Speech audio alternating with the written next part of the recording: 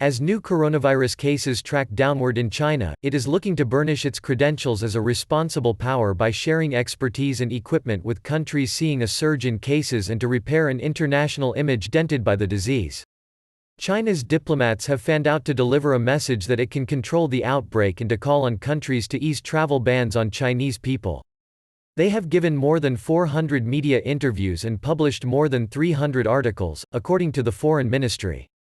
That outreach, which has included donations of medical gear, is part of an effort to change the narrative after China was criticized for an initially secretive response that exacerbated the early spread of the virus.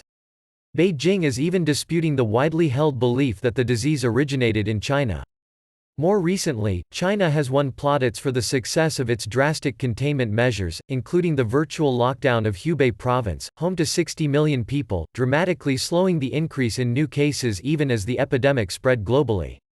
China is carefully reshaping its image damaged by the outbreak, but the fact that the Chinese government delayed a timely response and led to an international crisis will make the mission almost impossible, said Alfred Wu, associate professor at the Lee Kuan Yew School of Public Policy at the National University of Singapore.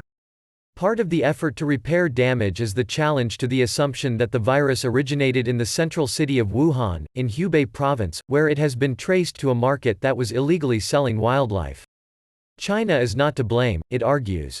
Confirmed cases of COVID-19 were first found in China, but its origin is not necessarily in China, Foreign Ministry spokesman Zhao Lijian said on Twitter on Thursday.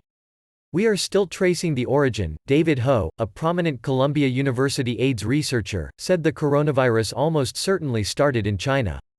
Given what we know of SARS, and this one, and what we know of all the coronaviruses that are found in other animal species, I have very little doubt that the origin is China, he said in a recent interview with Voice of America. Severe acute respiratory syndrome (SARS) was also caused by a coronavirus. It emerged in China to kill 774 people in 2002-03. More than 98,000 people have been infected by the new coronavirus globally and more than 3,300 people have died, most in China.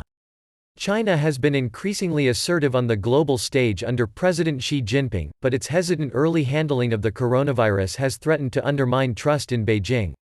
With the virus spreading far more quickly outside China than inside, its messaging is now evolving. While repeatedly accusing the United States of spreading panic about the virus, China has also been describing a challenge facing humanity and offering help to hard-hit countries such as Iran, Italy and South Korea. Last week, China sent a medical team to Iran along with 250,000 masks and 5,000 test kits packed in boxes bearing a centuries-old verse by the Persian poet Sadi Shirazi, "The children of Adam are the limbs of one body, that share an origin in their creation." This week, the Chinese government's top diplomat, Wang Yi, said the outbreak showed the need for a global Silk Road of healthcare, referring to Xi's signature Belt and Road Initiative, an infrastructure building program viewed with suspicion in Washington and other Western capitals. China is trying to showcase to the world its goodwill and friendship by taking a similar approach to its famous and LSQUO, Panda diplomacy, said Wang Weiyao, president of the Center for China and Globalization and an advisor to China's cabinet, referring to China's history of gifting pandas as a grand gesture. This medical diplomacy is also trying to improve its negative international image over the past few years, he said, referring in particular to opposition to the Belt and Road Plan. A global shortage of medical supplies as the virus spikes far from China's shores gives it an opportunity to show both benevolence and its industrial might. The city of Shanghai sent 500,000 face masks to the city of Daegu, the center of South Korea's coronavirus outbreak. A trade association in Zhejiang province donated 2,600 pairs of protective goggles to the Italian city of Turin.